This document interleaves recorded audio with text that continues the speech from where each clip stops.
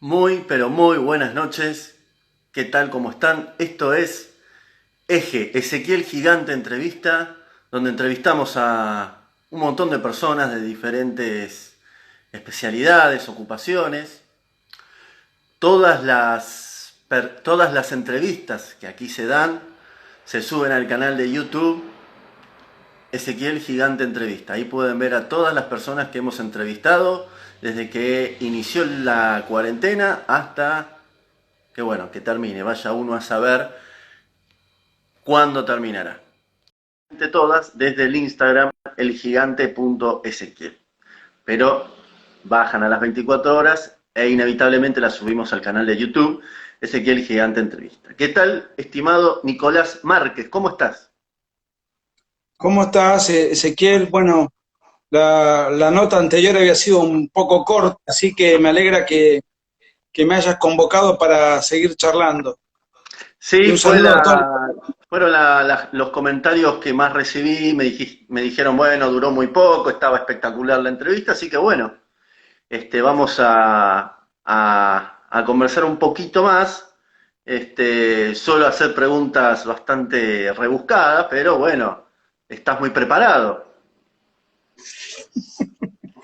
¿Cómo estás Estoy viviendo dispuesto la a cualquier cosa. cuarentena? ¿Hay algún cambio con respecto a la última vez que hablamos a el día de hoy? No, yo padezco la cuarentena, si bien creo que lo dije, yo vivo en mi hermetismo Mm, escribiendo y vivo sí. solo. O sea que cierto acostumbramiento hay, pero a mí me harta, yo necesito ir a los cafés, necesito ir a los pubs, necesito hacer deporte. Son cosas, nada raro, pero llega un momento, por ejemplo, ahora en 5 días cumplo años y no lo voy a poder festejar. Bueno, Hice vamos a armar un, una charla virtual. Pasa que creo que por Zoom se hace grupal, pero bueno, todavía no usé. bueno, yo le había invitado a mis amigos y me dijeron, no, dejémoslo para otro momento, porque ahora no es el momento indicado. La verdad que tienen razón. Así que, bueno, nada, esperando que haya novedades para ir flexibilizando. Yo creo que si el gobierno no es por una cuestión de salud, va a tener que flexibilizar por una cuestión económica. Así que espero que la cosa se vaya ablandando para que todo sea un poco más soportable. Ujú. A ver, Nicolás, si yo te digo la siguiente frase que creo que ya la has escuchado y noto en ti cierta alteración en la tranquilidad. La siguiente afirmación que te digo es, el liberalismo es el respeto irrestricto del proyecto de vida del prójimo. ¿Vos estás de acuerdo Bueno, con esa afirmación? mira, esa afirmación, o mejor dicho, esa definición, si mal no recuerdo, pertenece originariamente a Venegas Lynch Venegas, un y hijo, sí. después fue difundida y captada por mucha gente. Acá hay un problema que tiene que ver con lo siguiente: el liberalismo no es una conducta ante la vida, es el proyecto irrestricto es el respeto irrestricto del proyecto de vida del otro. A ver, el liberal no es aquel individuo que es tolerante con el prójimo. El liberalismo es un sistema político.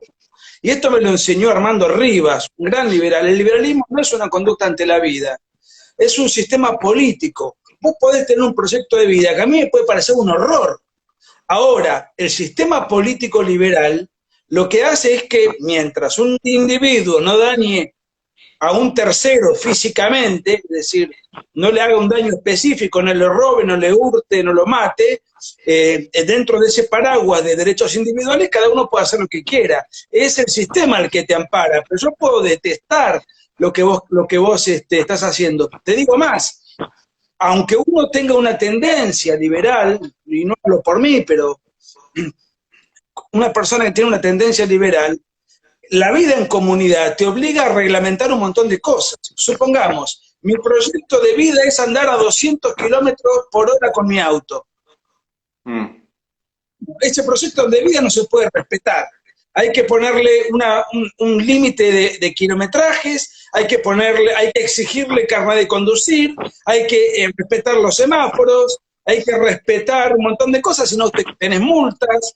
Tu automóvil tiene que tener un estado aceptable en cuanto al funcionamiento, es decir, y ahí mi proyecto de vida no me lo están respetando, y no, flaco, ¿qué vas a hacer? Pero yo no maté a nadie, y todavía, pero sos un asesino potencial, porque sos un riesgo para la comunidad, tu proyecto de vida tiene que tener limitaciones. Y esto nos pasa a todos los que vivimos en comunidad, es decir, a todos los seres humanos, porque el individuo aislado de la sociedad no existe. Existen las novelas nada más. Por eso es muy común que este tipo de exacerbaciones del individuo no tengan vínculo con la realidad concreta, sino que sean novelas. Por ejemplo, los objetivistas, los randianos, que son noveleros, utopistas, tienen como ídolo a John Gall, que es un personaje de novela, no son personajes reales. La vida en comunidad te obliga a tener limitaciones a ese proyecto irrestricto, a ese proyecto, y esos respetos irrestrictos tienen restricciones. Pero más allá de eso, no es una conducta ante la vida, es un sistema político en donde prevalece la libertad, pero también con las restricciones propias de la convivencia. Lo que pasa es que hay muchos liberales muy mal informados, muy mal preparados, que sostienen que para ser liberal tenés que ser obediente al catecismo y a la corrección política. Entonces, sí, por supuesto, con libre mercado. Si yo digo que vos sos un imbécil, es un ejemplo, un ejemplo, no me hace antiliberal. Me han dicho cosas peores, no hay problema. A mí también. Pero no me hace antiliberal. No me hace antiliberal. Ahora existe una corriente bien pensante que dice que los liberales tienen que ser educados. O mejor dicho, tienen que ser bien hablados, mesurados, acartonados dentro de una estructurita discursiva.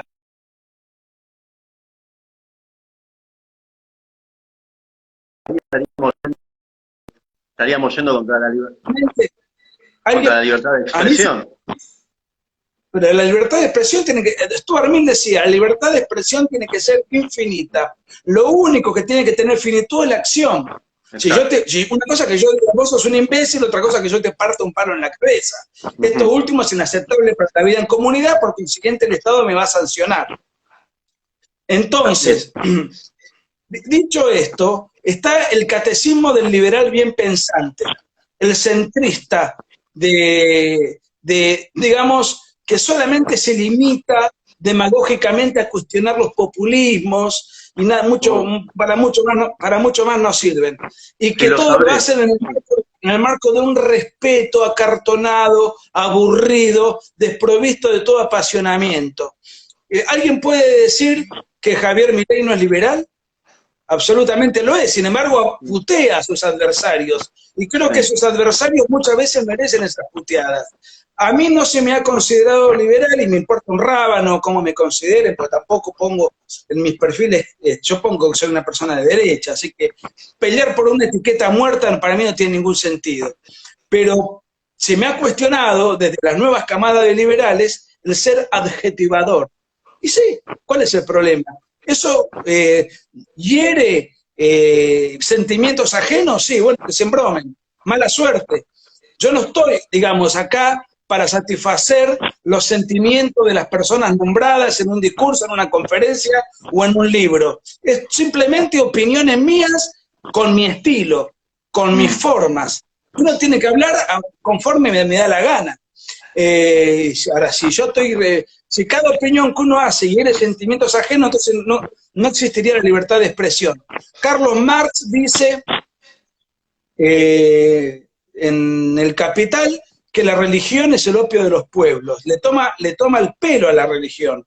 Y yo, que soy católico, ¿qué tengo que hacer? ¿Que prohíban el libro de Marx? Pero no, si eso me hiere en mis sentimientos, es un problema que yo tendré que arreglar o con un cura o con un psicólogo. Pero la libertad de expresión tiene que ser infinita. Y sin embargo, las nuevas formas de los que se dicen liberales, que no sirven para nada en general, que están enclaustrados en ONGs inservibles, o que pululan por ahí pretendiendo dirigir, hacerse los políticos frustrados. En ese espíritu está la concepción de que el liberal tiene que ser un bien pensante y una persona educadita en los modos. Bueno, yo creo que un poco eso tiene que ver con ese error, a mi juicio, de la definición de que el liberal, de que el liberalismo es el proyecto, es el respeto irrestricto al proyecto de vida del otro. Bueno, esa definición es absolutamente insuficiente, está ligada al utopismo, y esto no invalida el enorme trabajo intelectual que hizo Venegas Lynch a lo largo de su vida. Pero esa definición no me representa. A ver, Nico, en líneas generales, ¿estarías de acuerdo con el regreso del servicio militar obligatorio? Sí, absolutamente sí. ¿Por qué? Primero porque me parece muy bien que los jóvenes que están en su plenitud intelectual, en su plenitud física, presten durante unos meses un servicio a la patria. Nosotros, afortunadamente, en este momento no tenemos muchas hipótesis de conflicto, pero las podemos tener. Y vos tenés que tener un grupo de gente organizada, con preparación mínima como para defender al país llegado el caso. También, mientras no haya periodos de guerra y donde mientras se hace la instrucción militar se pueden hacer labores comunitarias. Y a lo mejor se les podría dar un estipendio, no digo que sea, que pueda ser obligatorio, no necesariamente tiene que ser gratuito, pero me parece que eso tendría que darse. Y además, eso desde el punto de vista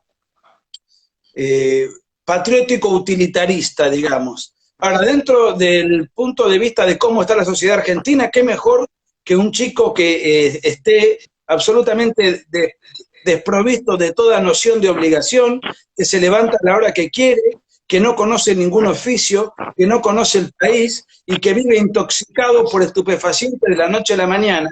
¿No le vendría muy bien un servicio militar que lo obligue a levantarse, a madrugar, a obedecer, a afeitarse, a acicalarse, a aprender a trabajar en equipo, y por supuesto se va a desintoxicar a la fuerza? Esa persona va a volver cambiada. Me parece a mí que obviamente el servicio militar tiene que tener excepciones, y siempre las tuvo. Un chico que está estudiando en la universidad puede acreditar sus logros, puede acreditar que está estudiando y progresando, cortarle un año y no tiene sentido. Ahora, el que no puede acreditar absolutamente nada y que sabemos que su única actividad es recibir un plan social, bueno, que le brinde un servicio a la patria y que le va a hacer muy bien a él también.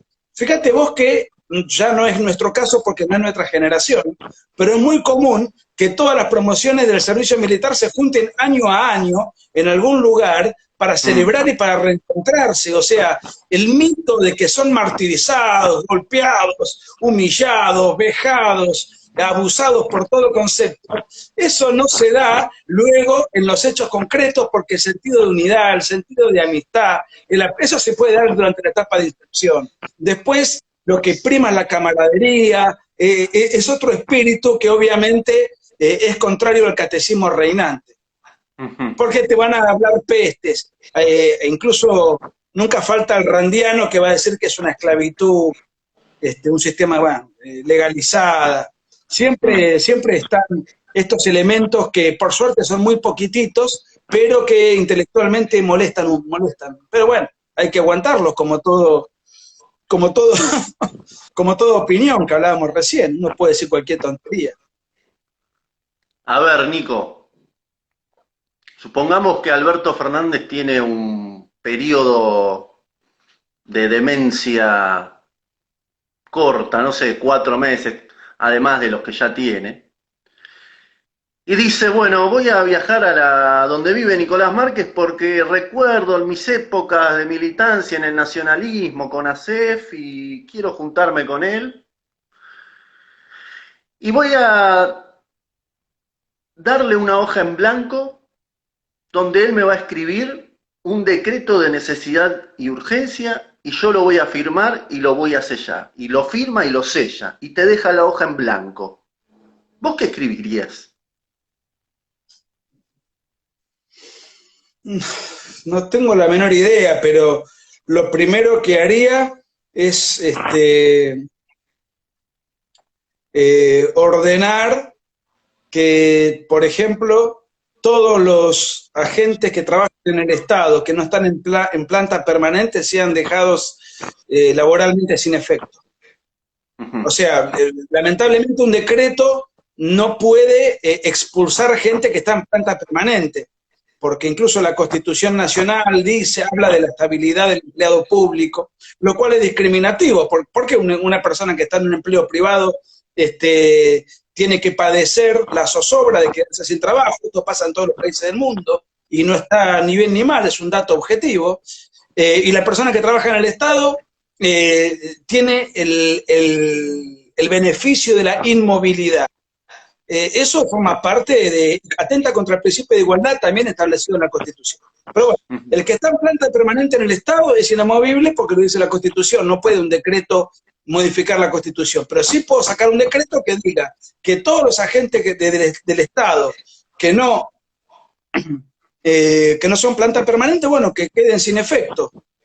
Esto, como concepto lineal, requeriría de un montón de precisiones y un decreto que tendría que tener un montón de reglamentaciones, porque esto tendría que abarcar a todas las provincias, a cada provincia. Bueno, por ejemplo, como ese podría ser un decreto, tengo 10 más, pero todos tendrían que ver con lo mismo, con achicar el desbarajuste estatal. El gasto. Lo dicen el gasto que genera ese desbarajuste, un Estado elefantiásico que no sirve para nada, que brinda servicios absolutamente ineficientes, y esto lo han dicho los economistas más reconocidos. Hay 7 u 8 millones de argentinos que se dedican a la actividad privada y que mantienen a 18 millones de argentinos que viven del Estado. Algunos tienen obviamente que vivir en el Estado, los jueces, los fiscales, la administración de justicia, los policías, los docentes, personal directivo, es decir, el Estado tiene que tener una estructura, obviamente. Lo que tiene ahora es una superestructura demencial, grandilocuente, que solamente puede financiar el Estado con impuestos y emitiendo moneda. Encima ahora los impuestos van a caer porque... ¿Cómo? O endeudándose. O endeudándose. Sí, lo que pasa es que esto último, ya ni lo dije por ahí por acto fallido, porque Argentina no tiene margen para pedir, mejor dicho, no tiene margen para pagar. Pero sí tiene margen para emitir, eso a discreción, y pueden siempre aumentar los impuestos, como ahora que quieren aumentar los impuestos a los ricos, bueno, un disparate. Pero la carga impositiva sobre Argentina es tremenda. Esa carga impositiva es la que financia parcialmente esta desmesura burocrática de un Estado elefantiásico. Esta carga impositiva es la que hace que no vengan inversiones de afuera. ¿Por qué van a venir a invertir a la Argentina si tienen que pagar de impuestos cifras extravagantes y tienen que pagar? Otro decreto que buscaría la forma es la de flexibilizar la legislación laboral. La legislación laboral es tremenda, la industria del juicio, tomar empleados es una carga terrible, atenta contra el empleador y atenta contra el fomento del empleo, porque el empleador no toma empleados por temor, primero por lo que le sale desde el punto de vista de la carga laboral enorme, y segundo porque si no le sirve y lo tiene que echar, se come un juicio de cifras kilométricas. La Argentina tiene que achicar el gasto público. Cualquier fantasía de un DNU, yo la encararía siempre por esos lados. Como urgencia, podría ser muchos otros. Ahora, ya que hablaste de un poco de afuera, nos fuimos para Estados Unidos, deuda externa, pasamos por Cuba. Me gustaría hablar un poquito de Cuba. Vos estuviste en Cuba, lamentablemente te metieron adentro, ¿no? De una cárcel, una habitación, no sé qué fue. Sí, pero, ¿cuál es la verdad sobre la salud de Cuba? Si es que es la mejor salud de Sudamérica como te la quieren vender, y qué hay de verdad con los cubanos que están viniendo para la Argentina para ayudar a la pandemia. a combatir la pandemia. Bueno, yo estuve en Cuba hace mucho tiempo, o sea, en el año 2007 creo que fue, hace 13 años. Estuve una semana y era la misma semana en la cual en Cuba hubo elecciones presidenciales. Es decir, Fidel eligió a su hermano. Ah, claro. Sí, Fidel hizo una elección, eligió a su hermano. Esas son las elecciones cubanas. Y, digamos, se rumoreaba que Fidel Castro podría haber muerto, por eso delegó el mando. Finalmente vimos que no, murió unos años después, pero no importa. Te mienten Yo hasta quería... en eso. ¿Cómo? Te mienten hasta en eso. Me acuerdo que Chávez también había muerto, después no murió, una cosa increíble. Bueno, porque eso generaba, no me acuerdo qué cambio institucional en Venezuela, pero en el caso de Cuba, yo te digo, bueno, voy a estar transitando por una atmósfera rara de incertidumbre, porque después de 50 años de gobierno vitalicio, el tirano Castro, un cambio de gobierno sería una cosa, una situación novedosa para los cubanos. Todo funcionaba igual, nadie hablaba al respecto, es una camarilla oligárquica que está formada por la familia Castro-Ruz, independientemente de quién haga la parodia de presidente. De hecho, fíjate que ni se habla del presidente de Cuba, que no se sabe ni quién es, porque la Asamblea Nacional eligió uno, no se sabe ni quién es. Y la Asamblea Nacional es un apéndice obediente de la oligarquía gobernante, que es la familia Castro. No, a mí lo que me impresionó es toda La Habana destrozada, destruida. Todo lo que está edificado en Cuba es de la época de Batista, de la época previa a la Revolución Cubana. Todo lo que hay en Cuba y que tiene una edificación es de la época de Batista. ¿No se supone que en esa época los cubanos estaban muy mal y después de la revolución tuvieron dignidad? Todo está descascarado, todo está vetusto. La Revolución Cubana fue incapaz de edificar un solo edificio.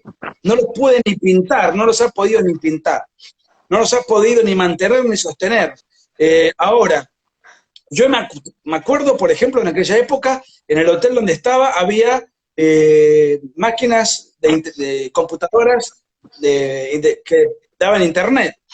En esa época era muy común, no existían los celulares electrónicos, no existía. Bueno, entonces yo, por ejemplo, bueno, había que hacer una cola terrible porque además las computadoras andaban muy lentamente y tenías que comprar un papelito con un código.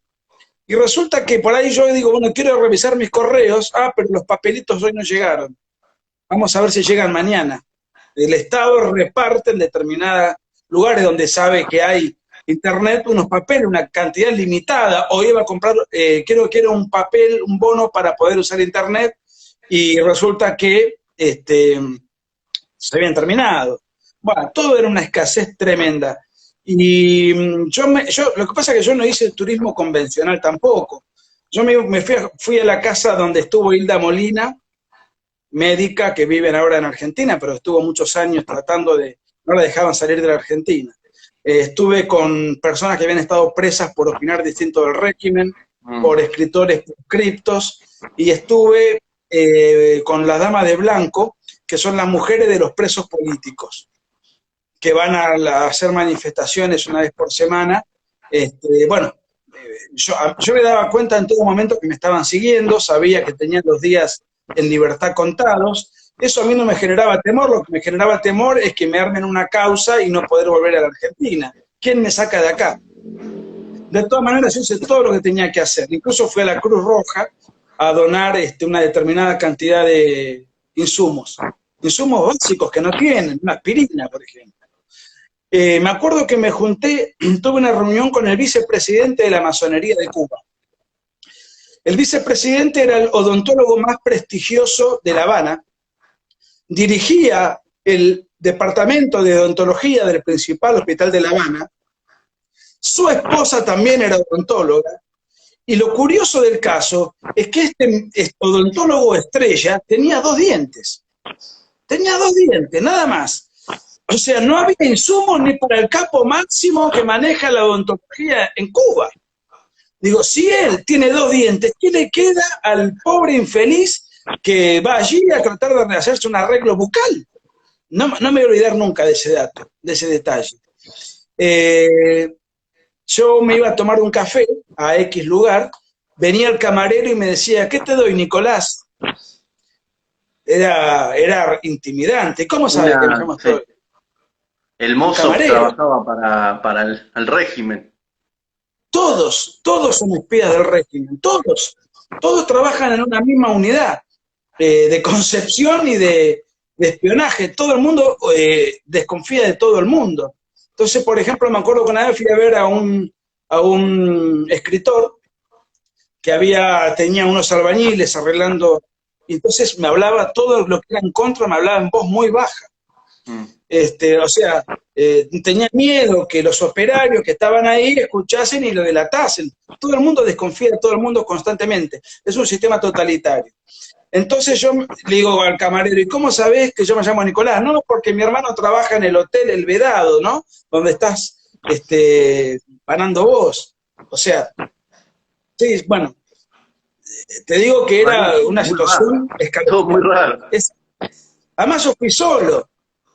Ni siquiera podía compartir el temor con un amigo, con No. un, como para, bueno, che, ¿qué hacemos? ¿Seguimos con esto? ¿No seguimos con esto? ¿Paramos la mano? Porque ya la intimidación, vamos a la embajada argentina a plantear nuestra inquietud. No, era yo con mi diálogo personal conmigo mismo. Sí. En fin, bueno, a los 2 o 3 días, no me acuerdo, 4 o 5 días, un domingo me meten preso en una cárcel de extranjería con rejas, etcétera. Estuve todo el día ahí hasta que me hicieron un interrogatorio de la policía militar, un hombre y una mujer, me interrogaron muchas horas, finalmente me dejaron salir, y yo no hice más nada. Iba a dar una conferencia clandestina, pero esa conferencia era a la mañana del día siguiente, no fui. No fui a darla, y cuando me llamaron, porque todos los teléfonos intervenidos, ¿por qué no había ido? Y dije, mira, tuve esta situación, la policía me dijo que no haga ninguna actividad ajena al turismo convencional, o sea, ir a la playa, pagar prostitutas, que es lo que hace mucha gente que va a Cuba a hacer, entre comillas, turismo convencional, a bailar, bueno, tomar una cerveza, eso está dentro de los cánones. Y me acuerdo que me habían preguntado en el interrogatorio por qué no iba a la playa, no había ido ningún día a la playa, y yo le digo, bueno, porque vivo en Mar del Plata, que es una ciudad turística y costera, y entonces yo estoy acostumbrado a la playa, por consiguiente me interesaba más conocer la sociología cubana.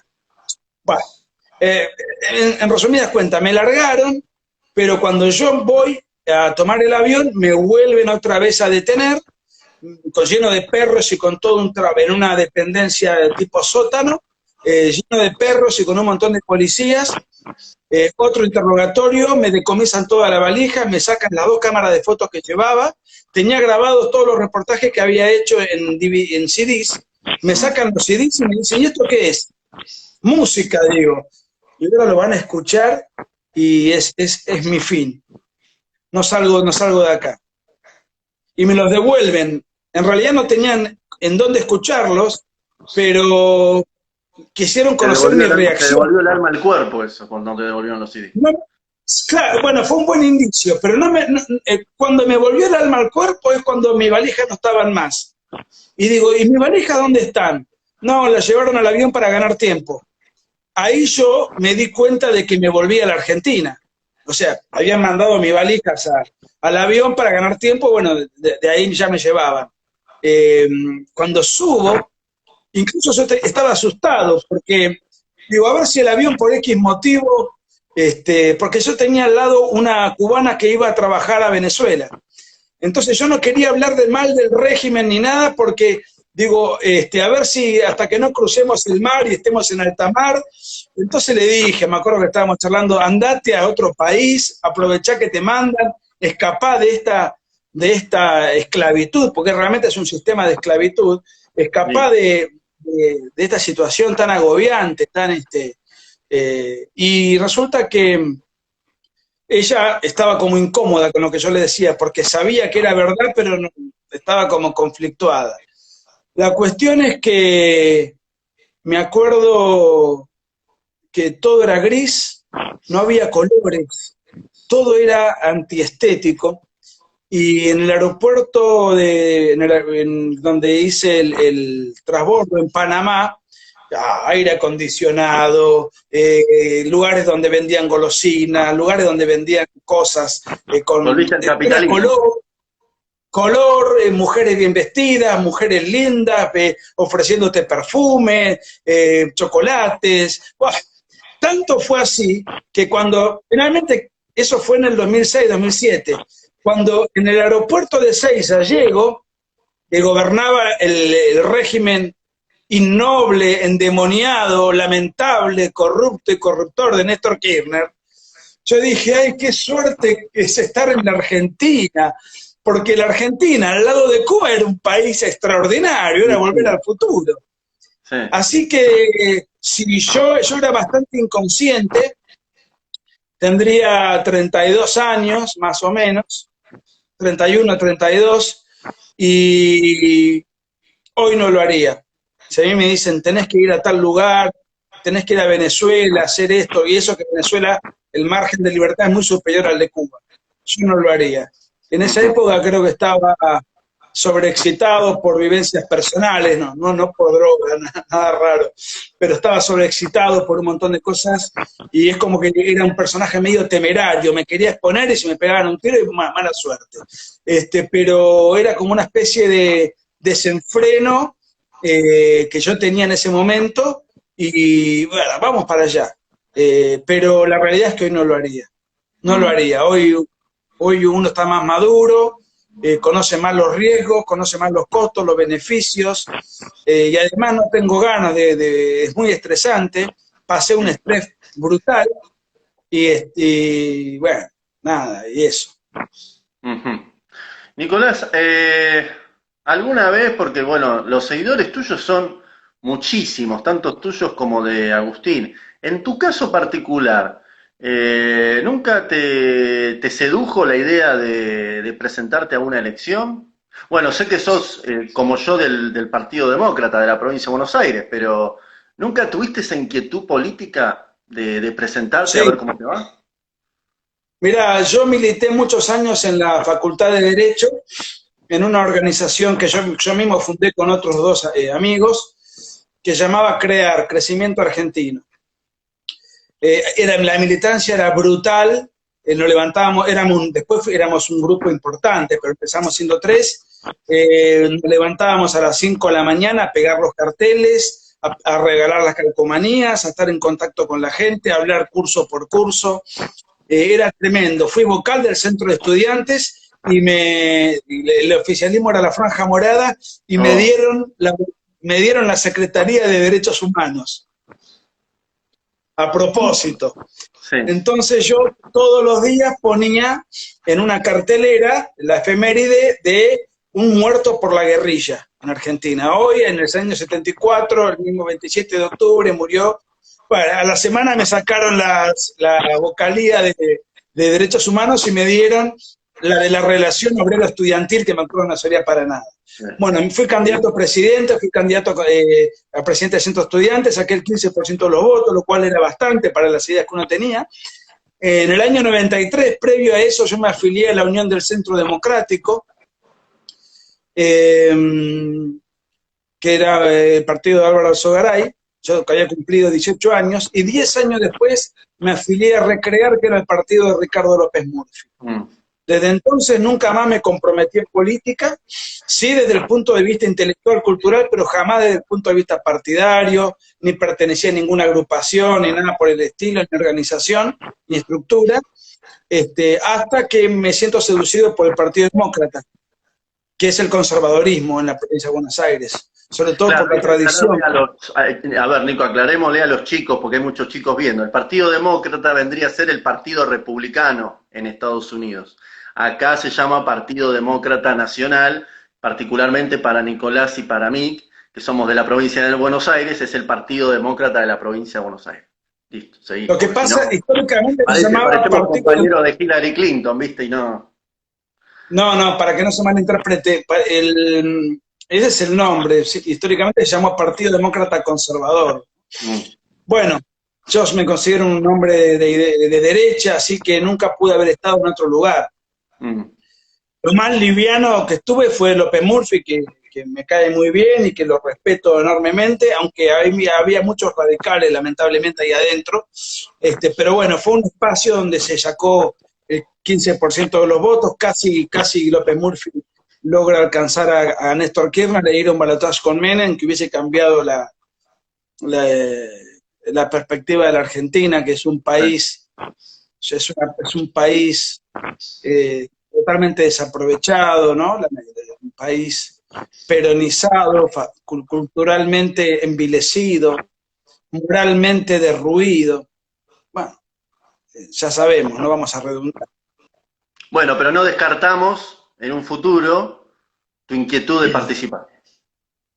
Mirá, Gómez Centurión me había propuesto, en su momento me lo propuso Olmedo, personaje para los que no están de la derecha vernácula, pero sí, está bien, existía como posibilidad, pero a mí no me seduce.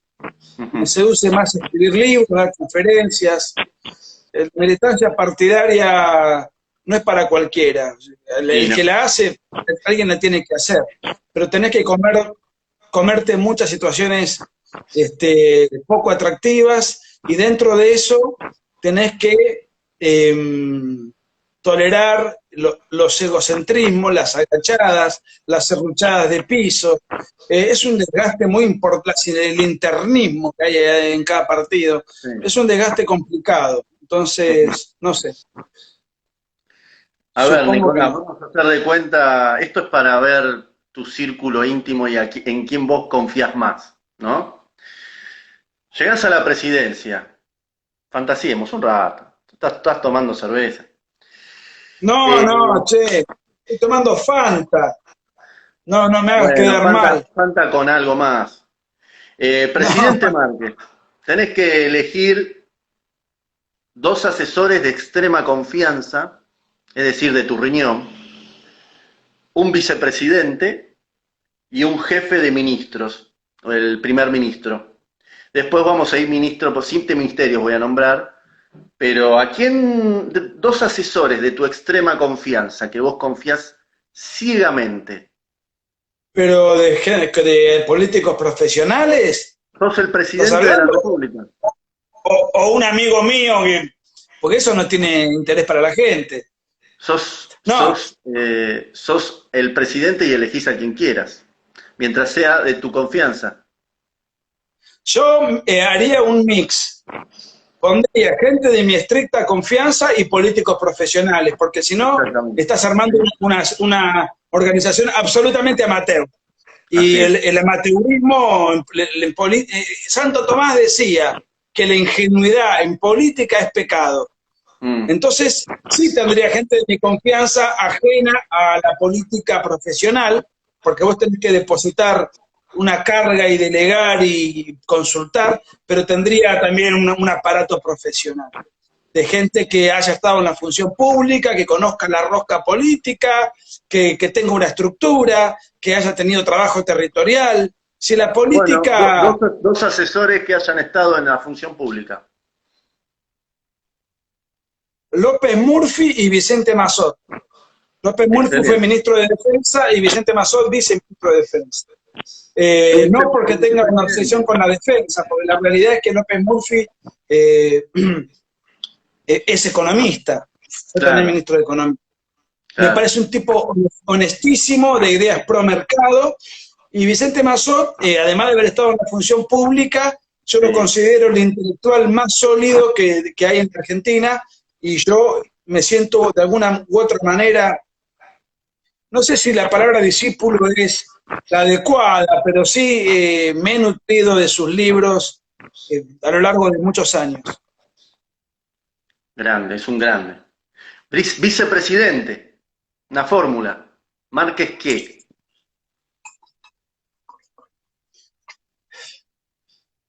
Vicepresidente. Y no tengo la menor idea. No tengo la menor idea. Un vicepresidente, qué sé yo. Déjame pensar. Tendría que ser alguien que en caso de mi ausencia mantenga un poco... Y Agustín Laje. Yo no sé por qué Agustín Laje. tardabas tanto en decirlo, pero bueno. Y porque, bueno, no, me haces pensar en situaciones Hay que estar preparado. imaginarias Un tipo de derecha tiene que que estar preparado. no son de rápida respuesta. Ministro de Economía, ¿a quién designás? No, López Murphy, ministro de Economía. Yo Pero hablé de dos. ya lo pusiste como asesor. No, bueno, ministro de. No, pará. Un ministro es un asesor del presidente. No, cuando hablo de asesor hablo de la gente que se le acerca cada rato para dialogar, para cerrar distancias. No. López Murphy y Vicente Mazzotti tendrían que ser funcionarios, no meros confidentes. Vicente Mazzotti sería ministro de Defensa, López Murphy sería ministro de Economía y Javier Milei presidente del Banco Central. Agustín Bien, Laje vicepresidente. bien. ¿Y los dos confidentes? Porque me quedaron No, vacantes. sería. ¿Cómo? Me quedaron vacantes los dos asesores. Un íntimo amigo mío, se llama Cristian, no lo voy a escrachar con el apellido. Mi hermano y Ezequiel Gigante. Bueno, yo no tengo problema. Gente de extrema confianza, porque donde uno pueda también pedir consejo y hacer catarsis y que pueda interactuar. Después tendría un jefe de gabinete ese tiene que ser un buen rosquero, un político profesional, un personaje con pocos escrúpulos que sepa jugar y maniobrar entre todas las internas que inevitablemente se producen entre los distintos ministerios. Y además que tenga la habilidad de congeniar las internas que se producen entre los gobernadores. Tiene que ser un todoterreno. El jefe de gabinete no se lo puedo delegar a una persona experta en un área específica, sino que tiene que ser una persona polifacética que tenga una habilidad política muy particular. En este momento no sé en quién pensar, pero ahí tendría que ser un profesional y con pocos escrúpulos, te diría. No para delinquir no, pero que tendría que tener pocos escrúpulos porque ahí hay que negociar y transar todo el tiempo. Ministro de Educación, ¿tenés alguien en la cabeza?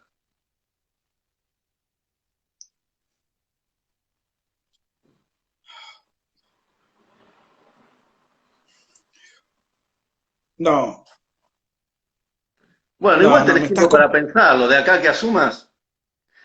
Ministro Ministro, de Salud, Albino, Seguridad ya me dijiste. Defensa, sí. ¿Tendrías Ministerio de Cultura? No, en absoluto. Los Para mí. ministerios de cultura son para tener burócratas a sueldo y para acomodar a los amigos. Entonces yo soy ministro de Cultura, lo contrato a Ezequiel Gigante para que toque la guitarra, le pago 500.000 pesos, 400.000 son para Ezequiel, 100.000 son para mí que te contraté. Entonces los ministerios de Cultura son para contratar a los amigos en aras de que la gente tiene derecho a ir a un espectáculo gratuito, que no son gratuitos, porque con los músicos cobran, los plomos cobran, los sonidistas cobran, los iluminadores cobran, y además cobra la coima, el cohecho, el funcionario del Ministerio de Cultura que contrató a estos sátrapas. Entonces, realmente me parece que el Ministerio de Cultura, además, ¿quién es el que se atribuye ser el depositario de la cultura? La cultura es algo que tiene que nacer espontáneamente. ¿Quién es el burócrata que dice qué es cultura y qué no es cultura? Y en función de lo que el burócrata considera que es cultura, contrata a alguien. La verdad es increíble. Bueno, la última, porque ayer hice mi debut con las listas, le di la lista a Expert. Esta es la lista de Márquez. Yo te voy a nombrar personalidades famosas, muy famosas, y vos me las tenés que describir con no más de 2 palabras. No más de 2 palabras. O sea, no sé, un capo, un inútil. ¿Empezamos? Muy famosas. Muy famosa, es imposible que nadie lo desconozca. Dale. Mauricio Macri. Una desesperanza. Jair Bolsonaro. Una expectativa. Agustín Laje Arrigoni. Un genio. La que viene es dura, ¿eh? Muy dura. Cristina Elizabeth Fernández de Kirchner. Una delincuente. La sacó barata, te digo. Vladimir Putin. Solamente me diste dos palabras. Bueno, pero delincuente es también un tipo que roba una naranja, me parece que hizo más daño, pero no, es tu respuesta, qué sé yo. Vladimir Putin. Una novedad. Ofelia Fernández. No sé quién es. No sé quién es. ¿Quién es? La respuesta es quién es. Listo. Raúl Ricardo Alfonsín. Un inútil. No, Carlos. no. Un incapaz. Me Bueno, retracto, un incapaz. más o menos lo mismo. Carlos Saúl Menem.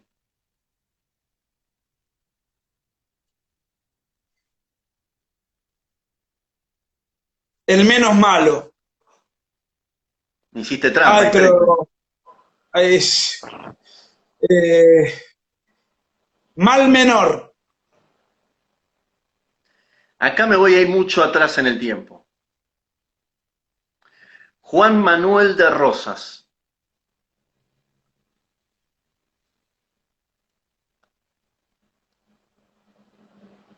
Eh, un patriota. Y este es el último, ¿eh? Quiero la calificación para este sujeto. Sergio Tomás Massa. No, ese, de a ver, déjame pensar. Un inescrupuloso. Te quiero hacer una aclaración porque no, ya Sí. conozco ya conozco el perfil de los bien pensantes. Mm. Eh, Rosas le enseñó al gaucho a obedecer, salvó al país de la disgregación, salvó al país de la disgregación en un contexto de guerra civil, supo recuperar los puertos bloqueados por las principales potencias de la época, y después fue un dictador y tenía un proyecto político del siglo XII. Mm. Sarmiento dijo, nosotros somos del siglo XVIII y Rosas es del siglo XII. O sea que el proyecto político de Rosas no era bueno.